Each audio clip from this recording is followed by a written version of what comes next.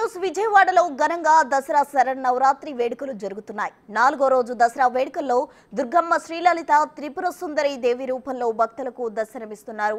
తెల్లవారుజామున 4 గంటల నుండి దర్శనాలు ప్రారంభమయ్యాయి. నిన్న దుర్గమ్మను 60,000 మంది దర్శించుకున్నారు.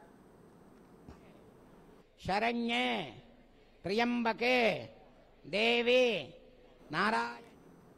మరిన్ని వివరాలు మా ప్రతినిధి సాహిత్య అందిస్తారు. దసరా శరన్నవరాత్రులు 4వ రోజుకు చేరుకున్నాయి. ఇంద్రకీలాద్రిపై కొలువై ఉన్న అమ్మవారిని దర్శించుకోవడానికి భక్తులు 3 గంటల నుంచే బారులు తీరుతున్నారు. అయితే నిన్న కూడా 3వ రోజు 1,00,000 మందికి పైగా భక్తులు అమ్మవారిని దర్శించుకున్న పరిస్థితి అయితే ఉంది. ఇవాళ దాదాపుగా కూడా 2-3 లక్షల వరకు కూడా భక్తులు దర్శించుకునే అవకాశం ఉందని కూడా అధికారులు చెప్తా ఉన్న పరిస్థితి అయితే ఉంది. సో శనివారం ఆదివారం కాబట్టి సెలవుల రోజుల కారణంతో కూడా భక్తులందరూ ఇవాళ హాలిడేస్ కాబట్టి భక్తులందరూ కూడా ఇంద్రకీలాద్రిపై కొలువై ఉన్న అమ్మవారిని దర్శించుకోవడానికి అయితే వస్తున్నారు. చూడొచ్చు, ఇవాళ అమ్మవారు లలితా త్రిపుర సుందరి దేవిగా అయితే భక్తులకి దర్శనం ఇవ్వబోతున్నారు.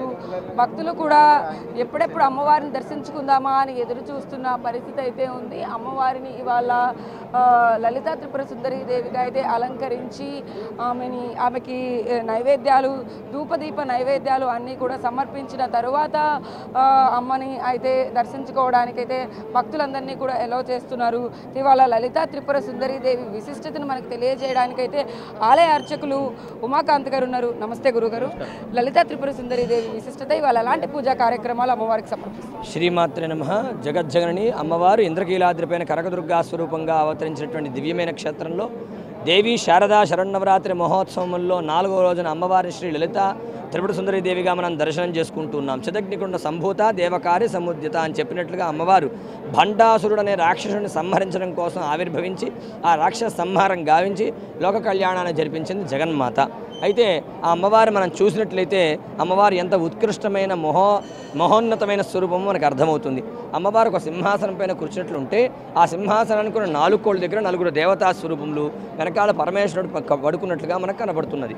అంటే అది దేనికి సంకేతంగా ఉన్నదంటే ఈ సృష్టి నడవాలంటే 5 ప్రధానమైన క్రియలు కావాలి. సృజన శక్తి, నడిపించే శక్తి, లయశక్తి, తిరోధానము, అనుగ్రహము. ఈ 5 క్రియల చేతనే సృష్టి నడిపింపబడుతుంది. ఆ 5 క్రియలకు ఎవరైతే అధిదేవతలు కన్నారో పంచప్రేతాసనాసీన పంచబ్రహ్మస్వరూపిణి అని చెప్పబడినట్లుగా బ్రహ్మ, విష్ణు, రుద్ర, ఈశ్వర, మహేశ్వరులందరూ కూడా అమ్మవారి ఆసనంగా ఉన్నట్టుగా మనకు కనబడుతూ ఉన్నది. అలాగే మన అందరం కోరుకునేది ఏమిటంటే 2 విద్య వల్ల జ్ఞానం, సంపద వల్ల సౌఖ్యములు. ఈ 2 అనుగ్రహించే దివ్యమైన స్వరూపములు ఆ వాణి లక్ష్ములు అమ్మవారికి వింధ్యామరలు వీస్తూ ఉన్నారంటే లలితా త్రిపుర సుందరి స్వరూపం ఎంత మహోత్కృష్టమైన స్వరూపమో మనకు అర్థమవుతూ ఉన్నది. లలిత సహస్రనామం ఇవాళ ఉపాసన చేసుకుంటే కూడా అమ్మవారికి ఎక్కువ విశిష్టత ఉంటుంది అని చెప్పేసి కూడా భక్తులు విశ్వాసం చెందుతుంటారు. అంటే ఎలాంటి విశేష ఫలితాలను పొందవచ్చు?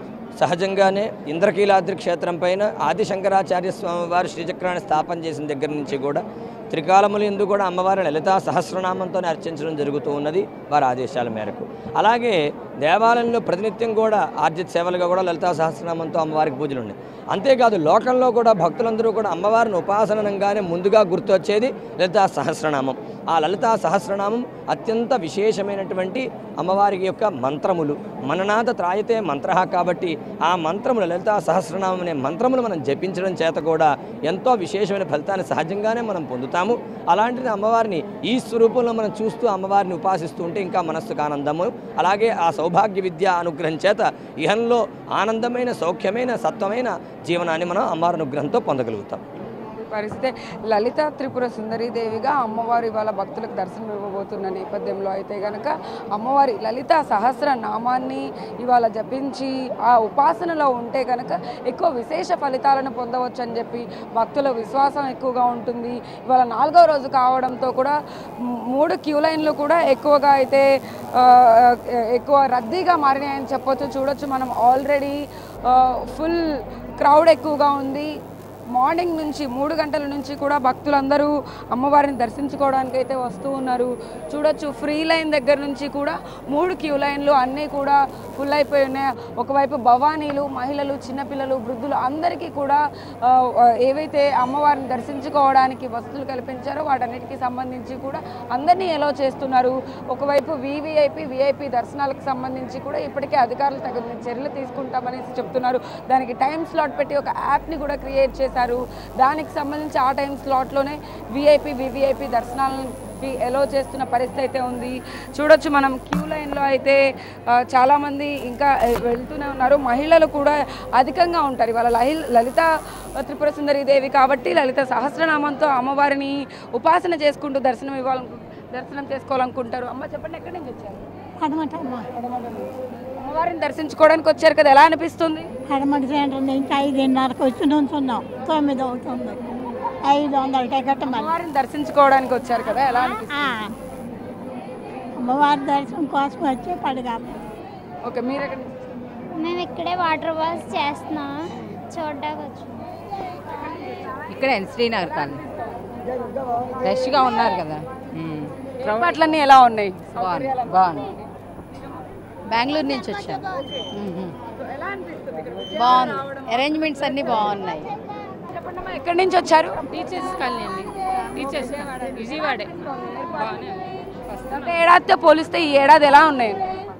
ఈ సంవత్సరం బాగానే ఉన్నాయి. బాగుంది, ఈ సంవత్సరం చాలా బాగుంది. క్యూ లైన్లో ఏమైనా ఇబ్బందులు ఎదురవుతున్నాయా అమ్మ వచ్చేటప్పుడు? ఎక్కడి నుంచి స్టార్ట్ అయ్యారు మీరు? వినాయకుడి గుడి దగ్గర నుంచి 5 రోజుల నుంచి వస్తున్నాము. జావుగానే సాగుతోందా లైన్ అంతా? బాగానే ఉంది. 5 రోజుల నుంచి రోజు వస్తున్నాము, లైన్లోనే వస్తున్నాము. బాగా వస్తున్నాము. సో చూడొచ్చు మనం క్యూ లైన్లు అన్నీ కూడా సజావుగానే ముందుకు కొనసాగుతూ ఉన్నాయి అని చెప్పేసి భక్తులు చెప్తూ ఉన్నారు. వరదల తర్వాత అయితే విజయవాడ పరిస్థితి వరదల్లో విజయవాడ పరిస్థితి ఎంత అధ్వానంగా తయారైందో, ఎంత దయనీయమైన స్థితిలోకి వెళ్ళిందో, ఎంతమంది ఫ్లడ్ డొనేటర్స్ వచ్చారో మనం చూసాము.